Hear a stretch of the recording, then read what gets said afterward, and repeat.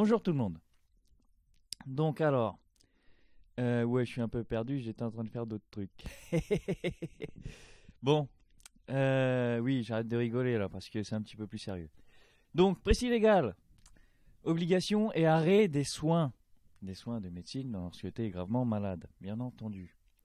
Donc, eh bien, on va séparer tout bonnement la présentation en deux parties, l'obligation et ensuite la possibilité de l'arrêt des soins, tout simplement. Donc, en matière d'obligation de soins, voilà, la loi nous dit que toute personne donc résidant sur le territoire national, en fonction de son état physique, évidemment, ce sont des soins médicaux, euh, mais il doit en être plus ou moins pareil des soins psychiatriques, bien que rentre en compte aussi une notion de danger par rapport à autrui. Mais donc voilà, donc son état physique, on va rester un petit peu carré dans ce qu'on raconte quand même, et de l'urgence de cet état, a le droit aux soins et aux thérapeutiques qui sont appropriés. Hein.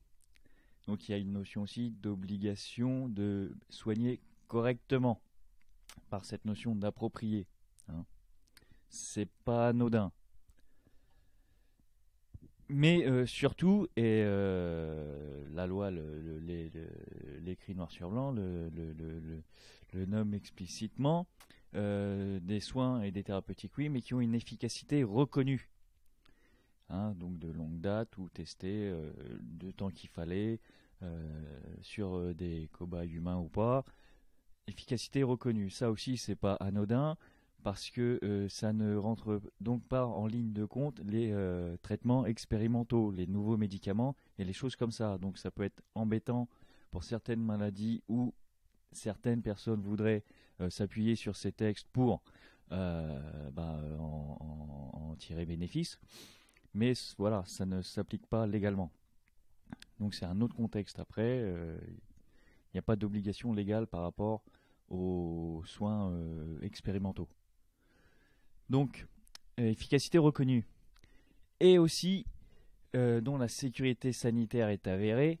Donc, du coup, avec l'efficacité reconnue, généralement, hein, il y a des tests de sécurité sanitaire, ne serait-ce que dans la fabrication des médicaments, par exemple, mais aussi des méthodes de soins. Bon, je vais pas me lancer là-dedans, je ne suis pas ni médecin ni infirmier et j'ai pas fait un BTS biochimie à l'école, hein.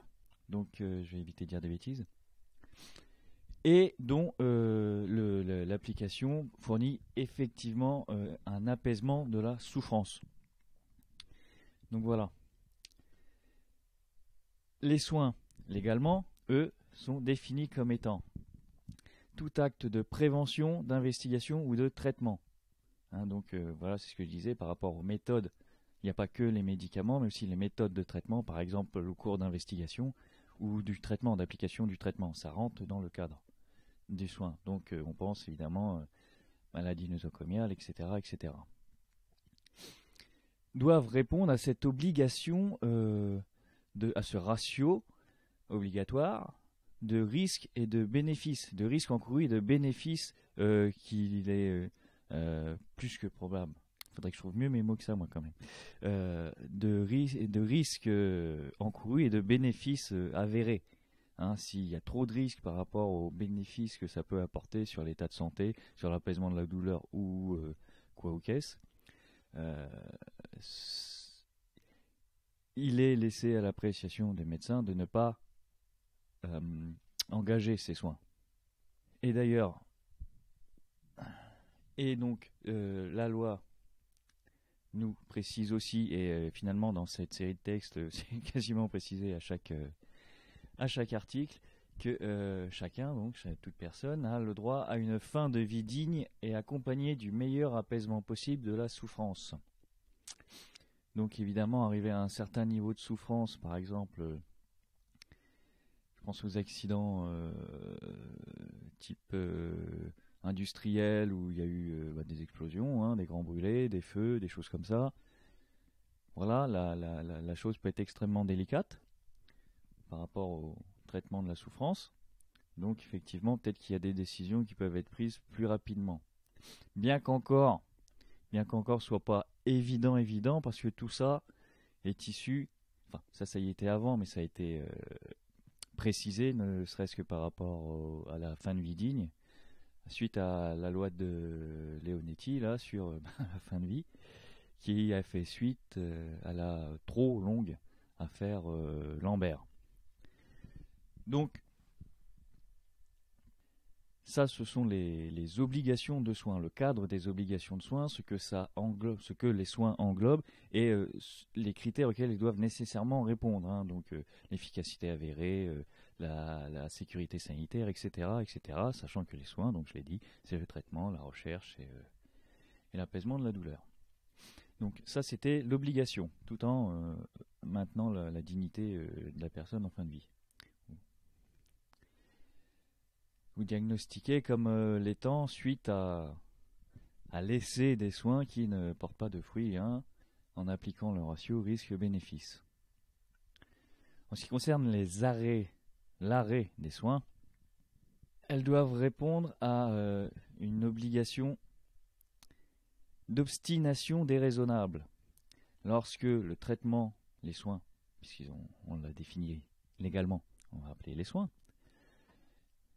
et la thérapeutique font rentrer le soignant, le médecin, le soignant, enfin le professionnel de santé, dans une obstination déraisonnable, inutile et disproportionnée. Donc non seulement déraisonnable, mais du coup inutile. Disproportionné, parce que forcément par rapport au ratio risque-bénéfice, c'est disproportionné, ou qui n'a pour effet que le seul maintien artificiel de la vie, c'est-à-dire si on arrête de l'assister, la personne s'éteint. Donc forcément, là, ça n'a pas de sens. C'est extrêmement regrettable pour tout le monde. Je ne le souhaite à personne. À vivre, ça doit être extrêmement compliqué, mais en attendant, lorsqu'il n'y a que la machine qui le maintient en vie, c'est compliqué aussi. C'est extrêmement compliqué aussi de se dire que est-ce qu'on peut laisser vraiment quelqu'un comme ça, hein? Même si c'est extrêmement douloureux, il n'est pas en train de vivre, il est maintenu en vie. Bon, c'est compliqué, c'est extrêmement compliqué. L'arrêt des soins, donc du coup, doit être légalement encore, mais là il y a une affaire qui est un petit peu hors cadre, et c'est pour ça que les parents gueulent aussi, issue de la volonté du patient, ou alors lorsque le patient est dans l'impossibilité d'exprimer sa volonté, ce qui est souvent le cas quand même dans des situations pareilles, hein, sinon les choses seraient un petit peu plus simples. L'arrêt des soins est décidé par une procédure collégiale des professionnels de santé, dont le processus est réglementé par décret. Donc, et tout cela, bien évidemment, dans l'obligation de la sauvegarde de la dignité du mourant, du coup, qui devient le patient, qui devient donc le mourant. Donc, je disais, lorsque la personne ne peut pas exprimer sa volonté, parce que finalement, la plupart, enfin, les cas les plus connus, ceux qui défrayent le plus la chronique, et encore un en ce moment, les personnes concernées ne peuvent plus exprimer leur volonté. Donc là, actuellement, il y a l'affaire du mineur qui est dans le coma depuis plusieurs mois suite à une maladie auto-immune, suite à un arrêt cardiaque dû à une maladie auto-immune. Bon, la procédure collégiale a rendu un verdict, ça a été attaqué jusqu'au Conseil d'État. Le Conseil d'État a validé aux grandes dames des parents, que je comprends, sauf comment dire, alors ils veulent plus d'analyse, ils veulent plus d'experts, ils veulent plus de contre-expertise pour être certains de ne pas faire de bêtises, et c'est normal. Hein, c'est normal. Sauf que, une fois que ce serait fait, même si c'est la dernière des choses que je souhaite à tout le monde, ça doit être le pire des trucs à vivre dans une vie. Si on a Oui, mais ils n'ont pas la certitude qu'elle est complètement inconsciente. C'est ça le problème. Ils ont encore un espoir. Mais dans quel état? C'est ça que je me pose comme question. C'est même s'il y a un petit espoir de relancer, la mécanique peut être relancée, hein, le cœur, machin, tout ça, ça pourrait peut-être être relancé, mais dans quel état ressortirait la personne? Parce que le manque d'oxygène dans le cerveau, il n'y a pas besoin d'attendre. Je vais pas donner de chiffres encore, hein, mais il n'y a pas besoin d'attendre plusieurs jours, hein. C'est l'affaire de quelques minutes avant qu'il y ait des lésions irréparables, hein, ce qui fait que il y aura plus de. Bah, j'aime pas cette expression, mais ce sera un légume. Ce sera un légume. Même si on arrive à relancer la mécanique autour, si le cerveau est endommagé, ça va être extrêmement compliqué.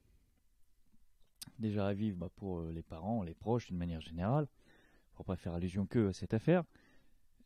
Mais après, il y a aussi, moi je me pose la question en tout cas, et peut-être que c'est comme ça qu'on devrait se la poser pour avoir une réponse, c'est que penserait la personne concernée, se retrouver, mettons qu'elle est consciente, et que d'autant plus elle a conscience d'être dans un état végétatif, de ne pas pouvoir communiquer, peut-être pas d'entendre ni de voir non plus, donc ça peut être problématique aussi pour sa conscience, entre guillemets, hein, il ne reste plus qu'une conscience.